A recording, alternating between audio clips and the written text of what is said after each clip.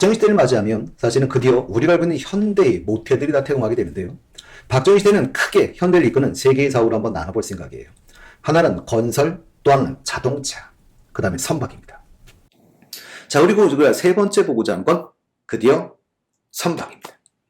자, 선박 부분도 여러분들이 보려면 결국은 뭐 박정희 대통령을 빼고 갈 수는 없을 텐데요. 우리나라가 1973년도 지금의 포스코, 포항제철을 만들게 되는데요. 1967년에 박태준 씨와 포항제철을 이제 점점 만들어가기 시작하죠. 그러니까 시작은 1967년에 시작하게 돼요. 박정희 대통령이 포항제철이라고 하는 걸 생각을 하면서 이런 생각을 하기 시작합니다. 철강을 파는 것도 좋지만 그냥 팔아서는 돈이 많이 안 남잖아. 그러니까 그걸 가지고 뭔가를 만들어 팔면 부가가치가 높아질 거고 그럼 돈 훨씬 많이 벌 수 있을 텐데 이 생각을 한 박정희는 또다시 정주영 씨를 불러들이게 됩니다. 그러고 이러는 거죠. 야, 우리 배워줘. 정주영 씨, 이제는 부탁이 아니죠. 이분 대통령, 그리고 막강할 때 뭐 거의 명령이지 뭐. 그러니까 결국은 이 명령을 받아들일 수밖에 없게 돼요. 그런데 문제가 있었죠. 우리나라에겐 그런 중공업이라는 것은 여러분들이 생각해 보시면 알겠지만 제일 먼저 필요한 건 뭐 같으세요? 기술이겠죠. 근데 기술보다 중요한 게 있어요. 단어에 보시면 중공업입니다. 엄청난 돈이 들어간다는 거예요. 어마어마한 자본이 들어가는데 우리나라엔 자본이 없었다는 거죠. 그래서 정주영 씨가 뭐 하느냐면 울산 미포항 백사장 사진원을 딱 들고 돈을 빌리러 갑니다. 1번 실패합니다. 미국 실패하지요. 그리고 영국에 가요. 영국에 가서 여기다 우리가 조선도 차릴 건데요. 돈 좀 꺼주세요. 라고 했더니 여기서 이렇게 말하지요. 20만 톤급 이상 선박 2개 이상 네가 수주 받아오면 조선도 지을 돈 꺼줄게. 한 번도 배를 안 만들어봤지만 배를 만들 수 있다 인정을 하니까 믿겠다. 현대에서 만들어보지 않은 배를 갖다가 누가 믿고서는 배를 살 거냐. 배를 팔린다는 측면을 가지고 와야지 자기가 이걸 수입.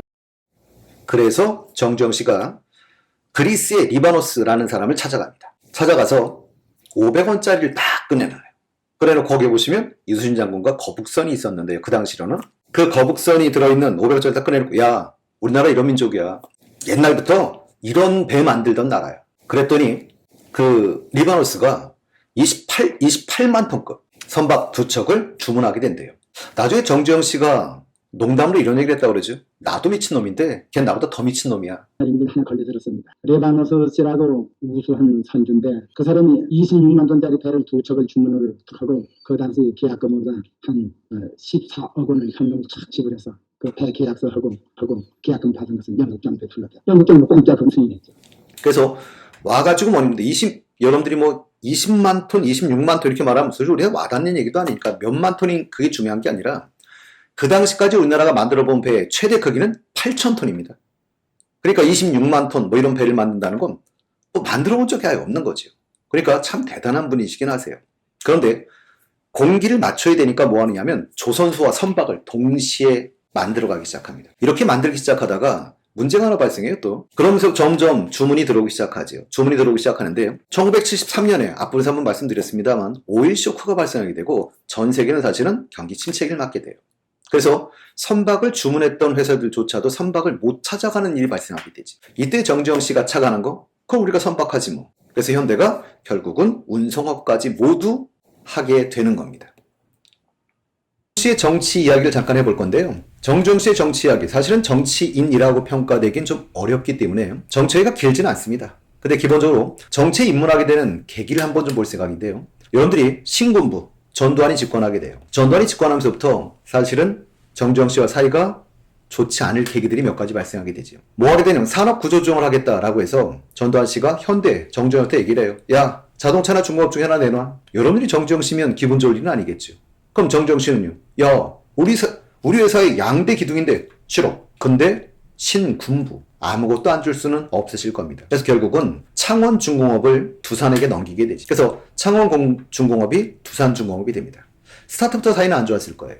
근데 놀랍게도 전두환 씨는 산업구조조정을 하고 난 다음에 1981년에 바로 정주영 씨한테 부탁을 합니다. 야, 올림픽 유치 좀 해줘. 우리 같으면 안 할 텐데 정주영 씨는 그걸 맡게 되죠. 그래서 올림픽 유치위원회 위원장이 돼요. 그리고 실제로 올림픽을 유치하게 됩니다. 자, 그런데 이 당시에 정주영 씨 같은 경우 뭐냐면 대한체육회장을 맡고 있었죠. 그럼 88년에 올림픽이고 86년에 아시안게임인데요. 대한체육회장을 맡고 있는 과정에 86년 아시안게임 직전에 갑자기 해임돼 버립니다. 해임됐던 이유는 그 자리에 누가 온 거지요. 누가냐? 노태우 씨가 온 거예요. 노태우가 이제 차기 정권을 노리고 있었는데 차기 정권을 노리기 위해서는 기본적으로 자기 이미지도 좀 높여야 되고요. 뭔가 업적도 좀 만들어야 되지 않겠어요? 그러니까 뭐 아시안게임, 올림픽을 토대로 자꾸 자기 이미지를 좋게 만들 뿐만 아니라 그게 자기 업적인 것처럼 포장을 하고 싶었던 거지. 근데 정주영 씨 입장에선 정말 화나는 일일 거예요.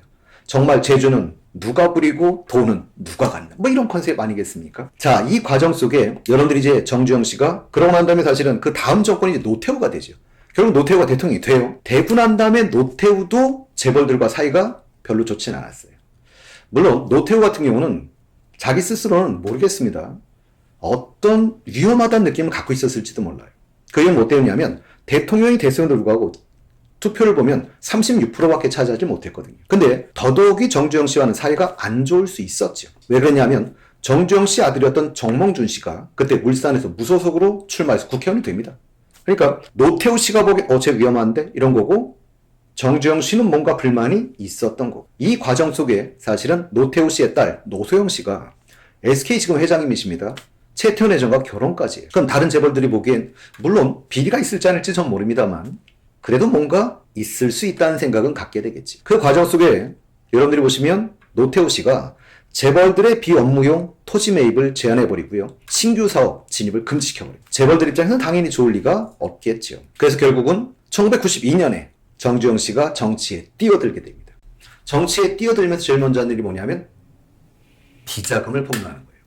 비자금을 폭로해서 뭐 쉽게 표현하면 이겁니다. 박정희 대통령 때 같은 경우 연간 물론 1년에 2번 나눠줬다고 하는데요. 뭐 구정과 추석이겠죠. 1년 기본적으로 놓고 봤을 때 박정희 대통령이 들어서고 난 다음에 연간 따지면 대략 한 연간 5억 정도 주다가 암살되기 전까지 그 직전쯤엔 20억 정도 줬었다. 그리고 전두환 대통령은 연간 거의 50억 가까이 줬었고 노태우 정권이 들어오고 나서부터는 100억씩 줬다. 여기서 여러분들이 이런 생각 한번 해보시겠어요? 그러니까 정조 입장에서는 이런 거죠. 야, 너무한 거 아니야? 너무 많이 가져가는 거 아니야? 그래서 실제로 뭐 하냐면 90년까지 3년 동안 노태우 씨한테 주다가 91년에 안 줬답니다. 그리고 92년에 자기가 직접 정치에 나서게 되는 것이죠. 나서게 돼서 통일국민당을 1992년에 드디어 창당을 하지. 물론 그 다음에 없어지게 돼요. 근데 어쨌든 창당을 하고 그 당시에 이 일을 주로 도와줬던 게 사실은 현대그룹을 나중에 물려받게 되는 그렇죠. 정몽원 씨입니다. 오늘. 그리고 이때 유명한 배우들이 많이 도와줘요. 최불암 씨라거나 또 뭐 못생겨서 죄송합니다 하던 이주일 씨 같은 경우가 주로 일을 도와주게 되죠. 최불암 씨 같은 경우는 연예인 중에서 정주영 회장과 개인적인 친분이 있는 걸로 상당히 유명합니다. 자, 그러는 과정 속에 통일국민당에서 하나의 사건을 터뜨리게 되는데요. 그 녹취 사건이에요. 그러니까 예를 들면 부산시장, 그다음에 검찰, 경찰, 교육 이런 쪽에 사람들이 모여서 김영삼을 대통령으로 만들기 위한 모임을 하는 대목을 그들의 대화를 녹취하게 됩니다. 그러고 뭐냐면 그걸 터뜨려버리죠. 그런데 역풍을 맞게 돼요. 어떤 일이었었냐면 오히려 이거 불법 아니야? 사람이 이렇게 비도덕적일 수 있어? 어떻게 이렇게 부도덕한 짓을 하지? 그래서 오히려 정주영 씨가 역풍을 맞게 되고 오히려 그걸 계기로 김영삼을 지지하는 사람들의 결속력이 높아지게 되어서 김영삼 대통령의 지지율이 20%대였던 게 40%대까지 올라가게 돼요. 결국은 김영삼 대통령이 되지요. 실제로 김영삼 대통령이 되는데 어떻게 보면 또 가장 크게 기여한 분이 정주영일 수도 있어요.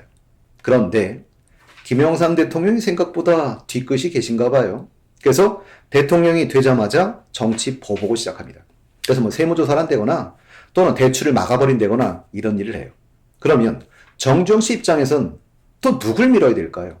김영삼 씨가 아닌 김대중 씨를 주로 후원하게 되고 김대중 씨를 후원하는 과정 속에 실제로 그 다음 대권을 김대중 씨가 지게 되지. 김대중 씨가 대권을 지고 난 다음에 현대는 글쎄요 혜택이라고 할 수 있는 수혜를 받지요.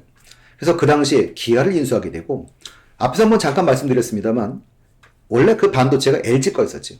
LG 반도체를 현대가 인수하게 됩니다. 물론 이 과정에 적자를 크게 안게 되고 나중에 이게 SK로 넘어가게 되지만 어쨌든 그 당시로는 이런 식의 수혜를 받게 됩니다. 그리고 김대중 대통령의 햇볕 정책에 적극적으로 참여합니다. 그래서 실제로 여러분들이 아시다시피 대북 정책 그 과정 속에 북한의 정주영 회장이 소 1000마리 몰고 넘어가지요. 그리고 금강산 개발에 극적인 합의를 이끌어내기도 하고요. 우리나라에서는 아직까지 대통령도 못 만나본 김정일을 만나는 이런 일을 이뤄낸 사람이 정주영이었습니다.